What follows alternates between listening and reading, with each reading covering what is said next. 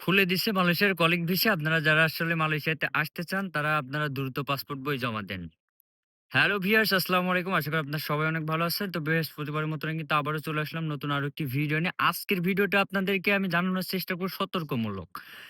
এই calling visa খুলে দিচ্ছে। কলিং ভিসার জন্য কর্মী মালয়েশিয়াতে যাচ্ছে। কনস্ট্রাকশন সেক্টর, সার্ভিস সেক্টর, পাম বাগান, সকল সেক্টরের নাম বলে কিন্তু বাংলাদেশে অসাধু কিছু আপনার এজেন্সি আছে।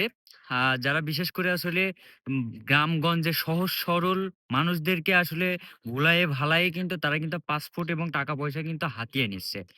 এই বেশ কয়েকদিন ধরেই কিন্তু আমি কিন্তু আমার গ্রামে এবং আমি বেশ কয়েকজনই কিন্তু আমাকে আসলে কমেন্ট করে বলেছে যে, "ভাই আপনার পাসপোর্ট এবং টাকা-পয়সা এজেন্সির কাছে জমা দিয়েছি। এজেন্সি ইন্সুরেন্স করার কথা বলছে, এইটার করার কথা বলছে। কলিং ভিসা সামনের মাস থেকে দিবে বা সামনের সপ্তাহ থেকে দিবে।"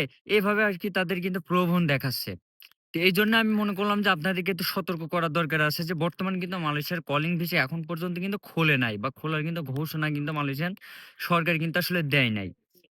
কিন্তু মালয়েশিয়াতে কলিং ভিসা খোলার সম্ভাবনা আছে সামনের মাসের অর্থাৎ আগামী মাসের এপ্রিল মাসে ১ তারিখ বা ২ তারিখ বা ১ম সপ্তাহ বা ২য় সপ্তাহের দিকে কিন্তু খোলার সম্ভাবনা আছে। এটা কিন্তু নির্দিষ্ট করে কিন্তু বলা যাচ্ছে না যে আসলে কি খুলবে নাকি। ঠিক আছে? এইটা হচ্ছে মূল কথা।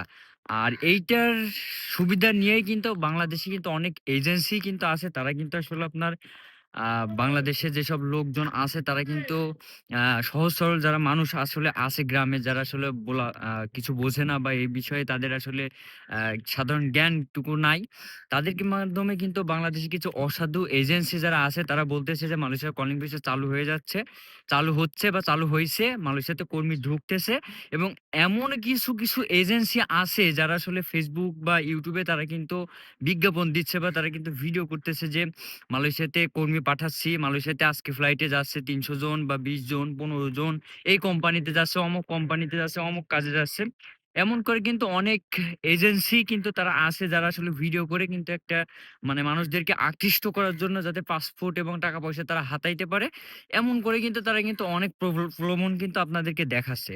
সেজন্য বলব যে মালয়েশিয়াতে এখনো পর্যন্ত কিন্তু নির্দিষ্টভাবে বা মালয়েশিয়ার পক্ষ থেকে কিন্তু ঘোষণা আসে নাই যে মালয়েশিয়ার কলিং ভিসা খুলে দিচ্ছে আগামীকাল থেকে বা আগামী সপ্তাহ থেকে কার্যক্রম শুরু হবে। এমন কিন্তু নিউজ বা এমন কিন্তু খবর কিন্তু এখনো পর্যন্ত কিন্তু মালয়েশিয়ান হাই কমিশন বলেন বা মালয়েশিয়ান মানব সম্পদ মন্ত্রী বলেন বা মালয়েশিয়ান সরকারের পক্ষ থেকে এখনো পর্যন্ত কিন্তু এমন ঘোষণা কিন্তু এখনো আসে নাই।